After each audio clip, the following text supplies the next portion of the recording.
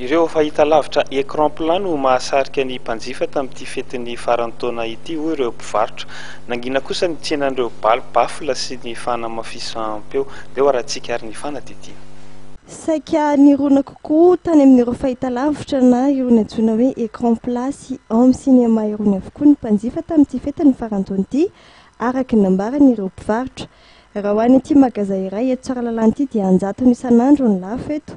Ity magazay ity raha teo moa dia nanisy fihenam-bidy amin'ny vokatra amidiny. Vokatra tena betsaka ny entana presque mandeha daholo mihitsy amin'izao fa tena betsaka satria manao promotion zay rehefa ohatran'izao. Télé écran plat 32 pouces 3D, ny home cinéma, iny hatramin'ny frigo zany. Satria koa ny ankabetsahan'ny mpanjifa miasa izy manomboka janvier, février, décembre dia zany le tsena. Iny ateo koa zany le promotion. Misy prix spécial rehefa ohatran'izao. Ohatranay aloha zany mbola le marque hoe mbola atazoma foana hoe distributeur grande marque zany. Le marque efa fantatsika hoe Samsung, LG, Sony, ankoatran'le marque any manokana hoe NASA sy Sotstar. Ireo magazay mpivarotra irony zava-maneno sy bafla irony dia nanamafy fa nidina be ny fahefa mividy mpanjifa hanika ny hena ihany koa ny abetsaky ny vokatra lafin'izy ireo.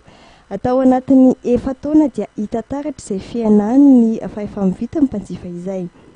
Tsena zany tsy dia hoe misy tena hoe tsara fa le olona fotsiny bebebeba le ridiny tsisy. Le olona zany mitsidika botika fa le fahefa mividy fotsiny tena tsy te hividy fa tsy manamboly tamin'ny taona tsara tsena.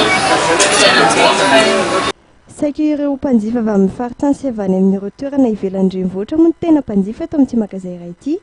Vitsy ny fizareo no nanokana ny vola ampiasaina amin'izany tamin'ity fetin'ny faran'ny taona ity araka ny fanazavana.